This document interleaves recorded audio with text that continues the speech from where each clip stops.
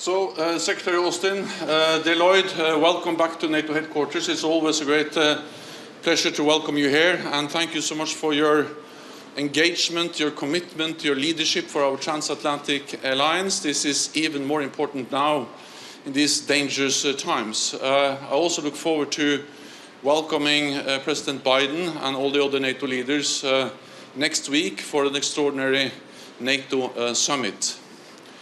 At our extraordinary defense ministerial meeting today, we will of course address the brutal invasion of Ukraine by Russia.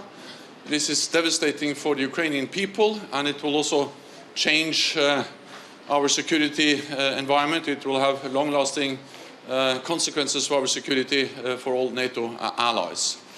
NATO has responded in a united and swift way. NATO allies have imposed severe sanctions on Russia. Allies provide significant support to Ukraine, military support, financial support, humanitarian support, and we are reinforcing our collective defense. Hundreds of thousands of troops on heightened alert, 100,000 troops, US troops in Europe, and then 40,000 troops under NATO command, direct NATO command, mostly in the eastern part of the alliance, supported by naval and air forces. And of course, the United States and you personally, Secretary Austin, you are playing a key role in these efforts to really increase and strengthen our collective defense. More US troops in Europe is a strong message of transatlantic unity, and we are extremely grateful for your support to what we do together in the eastern part of the alliance.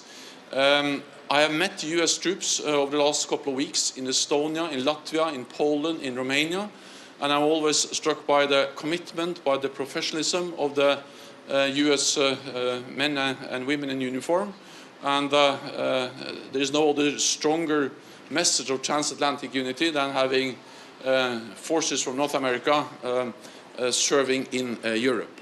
At the meeting today, we will also not only address the immediate consequences of Russia's invasion of Ukraine, but we will also address the more long-term consequences, the long-term adaptation of our alliance, how to further strengthen our deterrence and defense, and to remove any room for miscalculation or misunderstanding in Moscow about our readiness to protect and defend all allies.